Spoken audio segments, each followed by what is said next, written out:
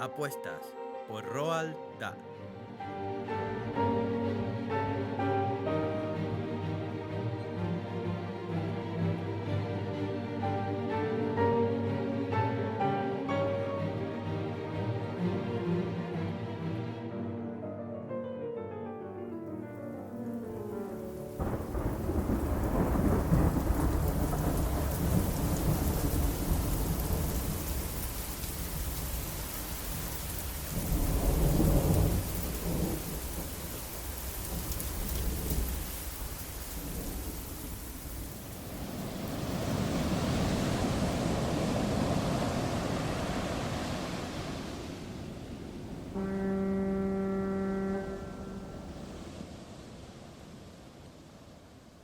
El mar había estado bastante movido los 2 primeros días, y esta repentina calma y sensación de confort habrían creado una agradable atmósfera en el barco.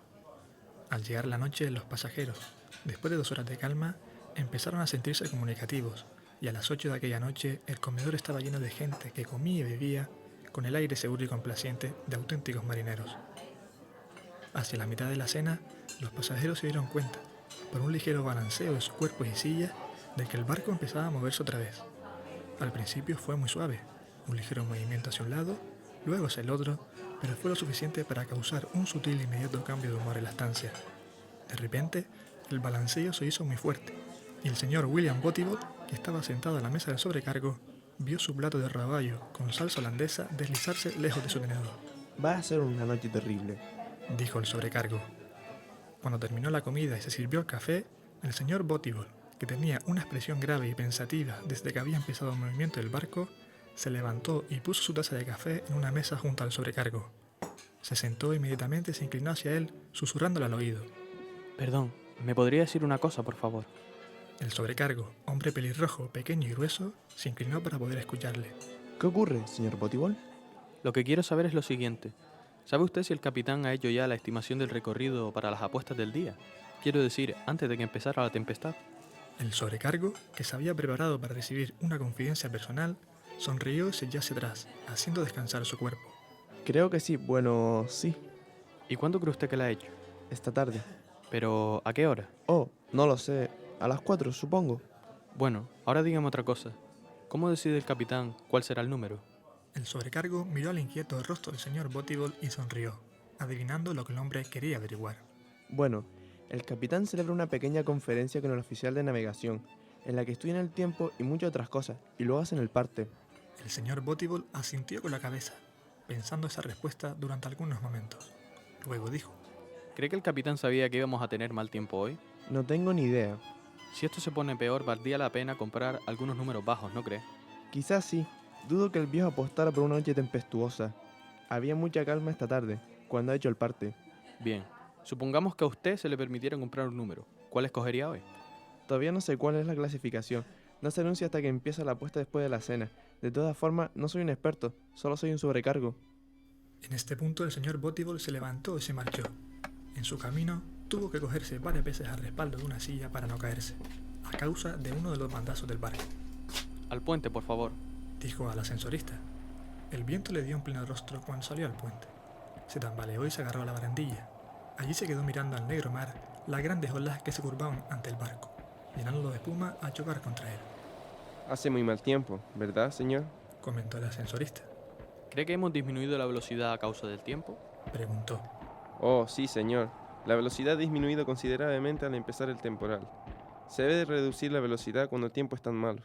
Abajo en el salón, la gente empezó a reunirse para la subasta. Se agruparon en diversas mesas. El señor Botibol se sentó a una mesa cerca del que dirigía las apuestas. El subastador estaba de pie detrás de la mesa. Señoras y señores, el capitán ha calculado el recorrido del día, que terminará mañana al mediodía. En total son 515 millas. Como de costumbre, tomaremos los 10 números que anteceden y sigan a esta cifra para establecer la escala. Por lo tanto, serán entre 505 y 525, y naturalmente, para aquellos que piensen que el verdadero número está más lejos, habrá un punto bajo y un punto alto, que se venderán por separado. Ahora sacaré los primeros números del sombrero. Aquí están. 512. No se oyó nada. La gente estaba sentada en sus sillas observando al subastador. Había una cierta tensión en el aire y al ir subiendo las apuestas la tensión fue aumentando. Esto no era un juego.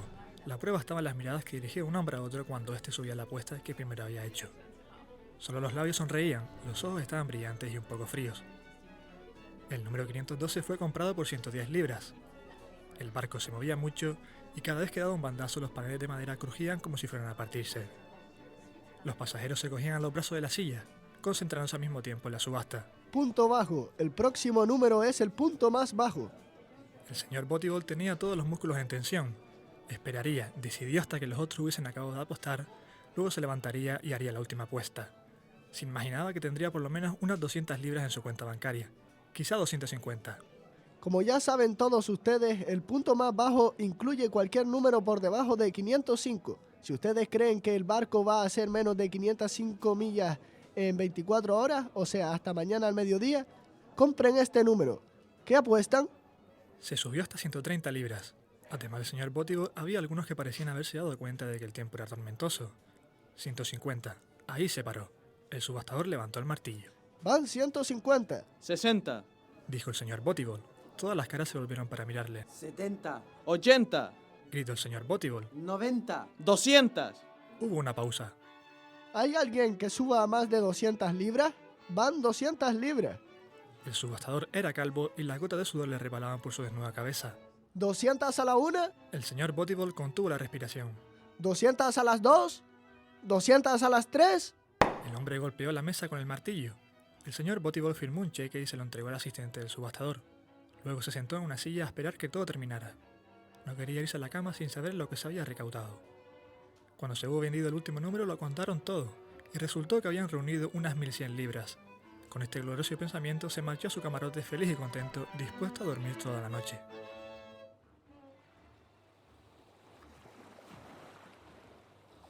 Cuando el señor Botibol se despertó a la mañana siguiente, se quedó unos minutos con los ojos cerrados, escuchando el sonido del temporal, esperando al movimiento del barco. No había señal alguna de temporal, y el barco no se movía lo más mínimo. Saltó de la cama y miró por el ojo de buey. ¡Dios mío! El mar estaba como una balsa de aceite. El barco avanzaba rápidamente, tratando de ganar el tiempo perdido durante la noche. El señor Botibol se sentó lentamente en el borde de su litera. Un relámpago de temor empezó a recorrerle la piel y a encogerle el estómago. Ya no había esperanza. Un número alto ganaría la apuesta. Oh, Dios mío, ¿qué voy a hacer? ¿Qué dirá mi esposa? Era sencillamente imposible explicarle que se había gastado la casi totalidad del ahorrado durante los 2 últimos años en comprar un ticket para la subasta. Ya le parecía estar viendo la ira y el reproche en los ojos de la mujer, el azul deviniendo gris y los ojos mismos achicándosele como siempre les ocurría cuando se colmaban de ira. Oh, Dios mío, ¿qué puedo hacer? No cabía duda de que ya no tenían ninguna posibilidad, a menos que el maldito barco empezase a ir marcha atrás. Tendrían que volver y marchar a toda velocidad en sentido contrario, si no, no podría ganar. De repente, sus ojos y su boca se abrieron en un gesto de sorpresa porque en aquel preciso momento le había llegado la idea. Dio un brinco de la cama, terriblemente excitado. Fue hacia la ventanilla y miró hacia afuera. Bien, ¿por qué no? El mar está en calma y no habría ningún problema en mantenerme a flote hasta que me recogieran. El barco tendría que parar y lanzar un bote, y luego tendría que retroceder quizás media milla para alcanzarlo y ser izado a bordo. Esto llevaría por lo menos 1 hora. Entonces, entraríamos en el punto bajo y ganaría.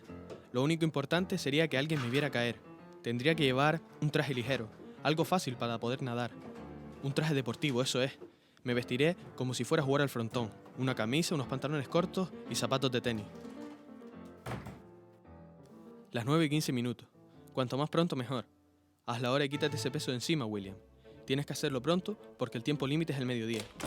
Salió cautelosamente al puente y miró alrededor. Solo había una persona a la vista, una mujer de mediana edad, un poco gruesa, que estaba apoyada en la barandilla mirando al mar. La empezó a examinar concienzudamente desde lejos. Sí, se dijo a sí mismo, esta probablemente servirá. Era casi seguro que daría la alarma enseguida. El pensamiento de saltar del barco al océano, a 1000 millas del puerto más próximo, le había convertido en un hombre extremadamente cauto. No estaba en absoluto tranquilo, aunque era seguro que la mujer daría la alarma en cuanto él saltara. En su opinión había 2 razones posibles por las cuales no lo haría. La primera, que fuese sorda ciega. No era probable, pero por otra parte podía ser así, y por qué arriesgarse. Lo sabría hablando con ella unos instantes.